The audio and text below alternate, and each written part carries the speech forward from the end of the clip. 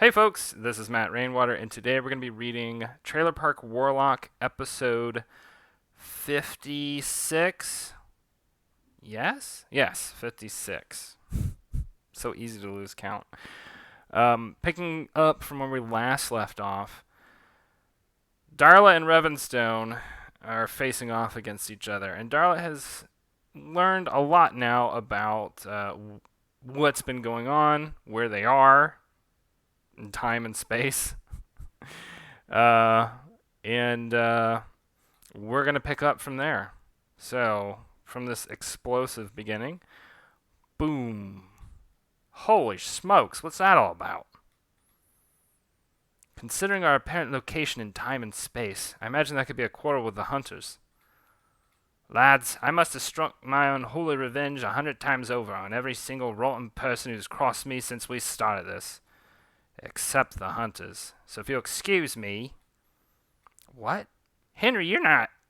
You are welcome to stay behind if you wish, Mr. Baker. Henry, you got a screw loose? Ain't y'all ever heard don't go towards the light? Jake with his wisdom. Trailer Park Warlock, Steward of this parish.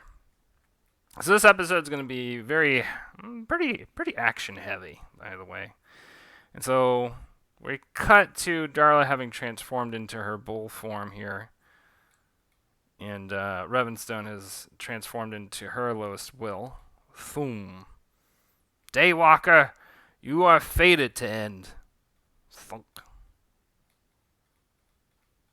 Foof. Crash. Flip. Spirit of chaos, agent of unbound ignorance. You did not witness the blood shed by the hands of our forefathers. Of your forefathers, sorry, y'all. You did not witness the blood shed by the hands of your forefathers, the blood of my people, the blood of my faith. When the hunters came, the abyss named me steward of this parish, Daywalker. My strength is not a gift of magic. I mean, it is, but... Is that what Pontu told you? Yet another lie from his cockerel tongue. He envied my strength. He envied the pact I made with the gazing abyss, for my strength is a covenant. Pshaw. A promise from the dark that death creates life. Thoom. Bloody hell, that ain't hunters. No, Abyssian magic. Revenstone. Shrek. Man, I told them. Zrak crack. So she's transformed into this, like, final form. Final lowest will form. I had a concept for it, but I've kind of...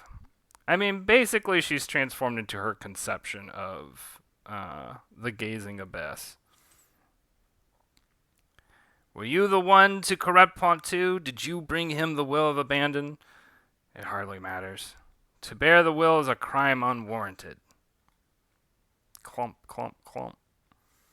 And I will find you a fitting punishment. Hold on, y'all. I forgot to... Alright. That's what happens when you're reading from the master files. So Revenstone catches Darla. And Darla's prone here on the ground. Caught. Tied up. Shah. Darla crawl. Your sins are many. Impersonating a disciple of the abyss. Bearing magic of the heathen day. Corruption of the transfigured. For these trespasses I give you to the darkness. Never wake from this dream again. To be continued. So, thoughts?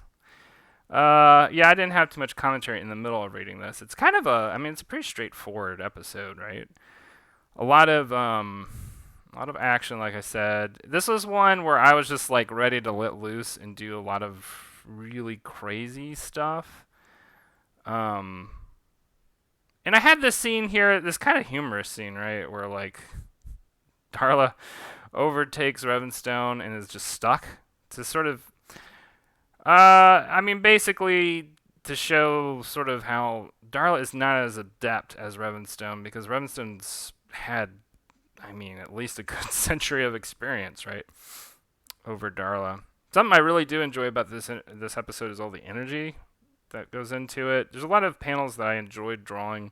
Really like this panel, because one of the things I was thinking about when I was drawing this episode was, well, first of all, I mean, I don't have that much experience drawing bulls. Like recently, I just drew an episode in season 4 that involved a lot of horses, which, I mean, this series involves a lot of horses, but you would be surprised to find out that I'm not that confident at drawing horses. And I had to do a lot of like reference drawing, practice drawing, just like getting into a state where I'm like comfortable, you know. And it took me a while to do that too with Darla's bull form, but like I really like the way this pose turned out. I didn't have a lot of reference to work on because this is totally like, this doesn't happen in real life, right? But it's overall like I still like how this turned out. I like the overall body language and all that stuff. A lot of people compared. So I think this is in. Oh no, this is like in one of the Doom games. There's something called the Icon of Sin or something like that, and they compared this form to Icon of Sin, and I later on did play the Doom, like the first Doom remake. I was like, oh, okay, I can see what they're talking about. And that's sort of like the Lich gets compared a lot to oh, what the hell is his name from Dark Souls? The Dark Lord something or other. I'm gonna say Nibiru, but it's not. It's not Nibiru. Nibiru is something totally else. Anyway, other thoughts I might have include it's a very kind of an epic episode, actually. And it really breaks up all the humor, you know? I mean, this whole arc really has broken up a lot of the humor previously established in the first season and in parts of the of this second season.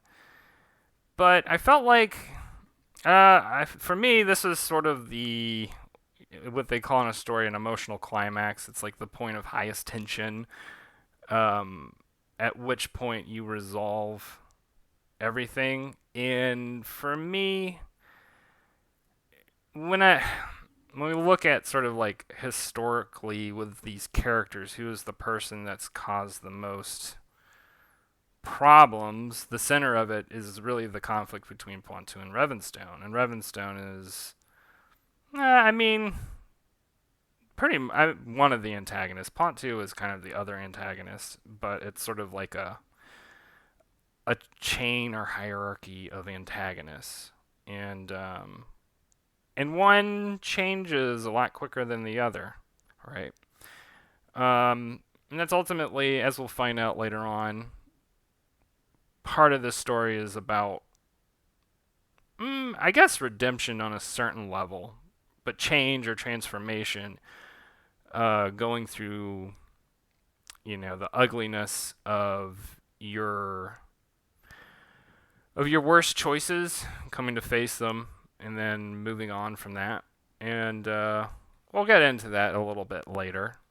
But anyway, if you're enjoying these videos, please give a like and a subscribe. Leave a comment too. Let me know if you're liking these, not liking these, what you think about Trailer Park Warlock overall as a story. And then also, you can talk to me on Twitter. It's at MattJRainwater. On Instagram, it's at MatthewRainwater. And then my Patreon is patreon.com/MattJRainwater. Anyway, until then, I hope y'all are having a good day, and we will talk again soon and read more Trailer Park Warlock. And talk to y'all later. All right? Bye.